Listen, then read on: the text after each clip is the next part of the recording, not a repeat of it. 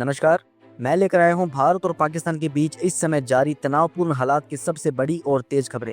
भारत और पाकिस्तान के बीच 22 अप्रैल 2025 से शुरू हुआ वो विवाद अब और गंभीर होता जा रहा है।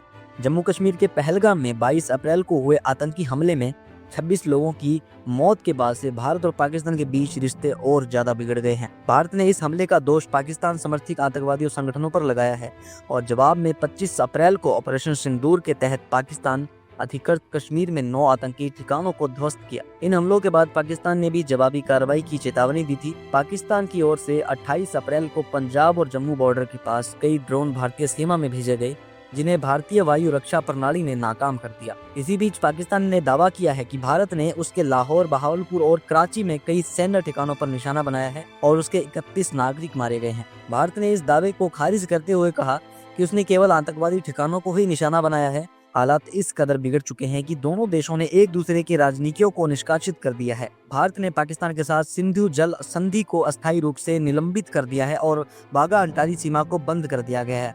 पाकिस्तान ने भारत के व्यापारिक संबंधों को समाप्त करने का ऐलान किया है। जम्मू शहर में 8 मई की रात लगातार कई विस्फोटों के बाद पूरे शहर में बिजली गुल हो गई है और इंटरनेट सेवाएं भी बाधित कर दी गई हैं। सुरक्षा एजेंसियों ने जम्मू और उसके आसपास के इलाकों में हाई अलर्ट जारी कर दिया है। वहीं भारतीय सेना ने पाकिस्तान की ओर से घुसपैठ की बड़ी कोशिश को नाकाम कर दिया है। जम्मू बॉर्डर पर भारतीय सेना और पाकिस्तानी रेंजर्स के बीच लगातार गोलीबारी हो रही है। इसी दौरान भारतीय वायुसेना ने सियालकोट और मियांवाली में स्थित मिसाइल लॉन्च बेस पर सर्जिकल स्ट्राइक कर भारी नुकसान पहुंचाया है। अंतर्राष्ट्रीय स्तर पर अमेरिका, रूस, सऊदी अरब और संयुक्त राष्ट्र संघ ने भारत और पाकिस्तान से संयम बरतने और वार्ता मेज पर लौटने की अपील की है। अमेरिका के पूर्व राष्ट्रपति डोनाल्ड ने कहा है कि दोनों देशों के पास परमाणु हथियार है और अगर युद्ध परमाणु युद्ध में बदलता है तो पूरी मानवता के लिए खतरनाक होगा। सऊदी अरब के विदेश मंत्री आदिल अल जुबैर भारत के दौरे पर पहुंच चुके हैं। उन्होंने विदेश मंत्री एस जयशंकर से मुलाकात कर तनाव कम करने के प्रयासों पर चर्चा की है। इसी बीच भारत ने स्पष्ट कहा है कि वह आतंकवाद के खिलाफ अपनी कार्रवाई जारी रखेगा और अगर पाकिस्तान ने कोई और उकसावे वाली हरकत की तो उसका अंजाम पहले से कहीं ज्यादा बुरा होगा। भारत के रक्षा मंत्रालय ने कहा है कि देश की वायुसेना, थल सेना और नौसेना तीनों को हाई अलर्ट पर रखा गया है और सीमा के हर सेक्टर में निगरानी बढ़ा दी गई है। पाकिस्तान की ओर से भी उसके सेना प्रमुख जनरल ऑफिस गफूर ने कहा है कि उसकी सेनाएं पूरी तरह तैयार हैं और अगर भारत ने फिर हमला किया उसका मुंह तोड़ जवाब दिया जाएगा। फिलहाल जम्मू कश्मीर, पंजाब और राजस्थान बॉर्डर पर दोनों देशों की सेनाएं आमने सामने हैं और हालात कभी भी बिगड़ सकते हैं। इसी बीच एलओसी पर भी लगातार गोलीबारी जारी है। भारतीय सेना ने सोमवार रात को एलओसी पार करते हुए 3 आतंकी लॉन्चपैड नष्ट कर दिया। वहीं पाकिस्तान की ओर से ही मोर्टार दागे जा रहे हैं, जिसका भारतीय सेना माकूल जवाब दे रही है। देश भर में सेना को लेकर उत्साह और समर्थन देखा जा रहा है। सोशल मीडिया पर #इंडियन आर्मी और #सैल्यूट इंडियन फोर्स ट्रेंड चल रहा है। रक्षा मंत्रालय के सूत्रों के मुताबिक भारत अब तक पाकिस्तान के 17 से अधिक आतंकी ठिकानों को ध्वस्त कर चुका है और कम से कम 200 आतंकवादियों को मार चुका है। फिलहाल ये स्थिति किसी भी पल और गंभीर रूप ले सकती है। दोनों देशों के बीच कूटनीतिक बातचीत की कोशिशें जारी हैं, लेकिन जमीनी हालात बहुत नाजुक है। भारत ने स्पष्ट किया है कि आतंकवाद के खिलाफ वह कोई भी समझौता नहीं करेगा। इसी बीच खबर आ रही है कि संयुक्त राष्ट्र महासचिव एंटोनियो गुटेरेस दोनों देशों के विदेश मंत्रियों से बात कर रहे हैं और अगले हफ्ते न्यूयॉर्क में एक आपात बैठक बुला सकते हैं। 8 अप्रैल 2025 की वो खबर जिसने पूरे देश का ध्यान अपनी ओर खींच लिया है। भारत और पाकिस्तान के बीच पहले से ही चल रहे गहरे तनाव के बीच 8 अप्रैल की सुबह से ही राजस्थान और पंजाब के सीमावर्ती इलाकों में हलचल और भी ज्यादा बढ़ गई है। सुबह 5 बजे आसपास जोधपुर शहर और उसके आसपास के इलाकों में अचानक से सेना की आवाजें बहुत तेज हो गई। शहर की मुख्य सड़कों पर भारतीय सेना ने टैंक, आर्टिलरी गन और बख्शबंद वाहन दौड़ते हुए देखे गए। जोधपुर वायुसेना स्टेशन से लगातार सुखोई 30 और मिग-29 लड़ाकू विमानों से उड़ानें शुरू हो गई थी। स्थानीय नागरिकों के बीच हलचल और घबराहट का माहौल बना हुआ है। सुरक्षा एजेंसियों की ओर से सभी नागरिकों को घरों के अंदर रहने की सलाह दी गई है। भारतीय खुफिया एजेंसियों को पक्की जानकारी मिली थी कि पाकिस्तान की तरफ से जोधपुर सीमा के पास जैसलमेर और थार रेगिस्तान के रास्ते से बड़ी घुसपैठ की साजिश की जा रही है।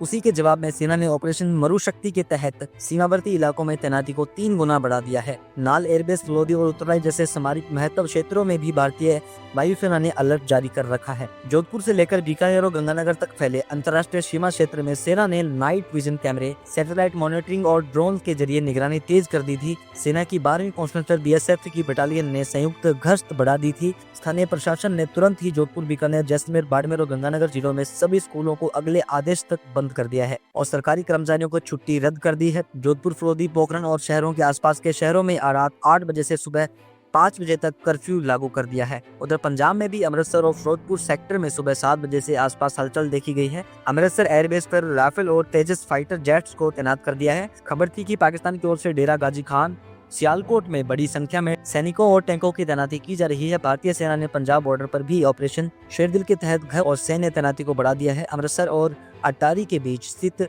वाघा बॉर्डर को नागरिकों के लिए पूरी तरह से बंद कर दिया गया। सीमा सुरक्षा बल BSF की पंजाब फ्लोटिलियन बटालियन ने सभी संवेदनशील पोस्ट को भारी हथियारों के साथ डबल गश्त शुरू कर दी थी। तो दोस्तों, अब जब हमने देख ही लिया है कि पाकिस्तान की घुसपैठ की एक और कोशिश नाकाम हुई है, तो कुछ बड़े और गहरे सवाल हमारे सामने खड़े हो रहे हैं और इन सवालों का जवाब जानना हर भारतीय के लिए जरूरी है।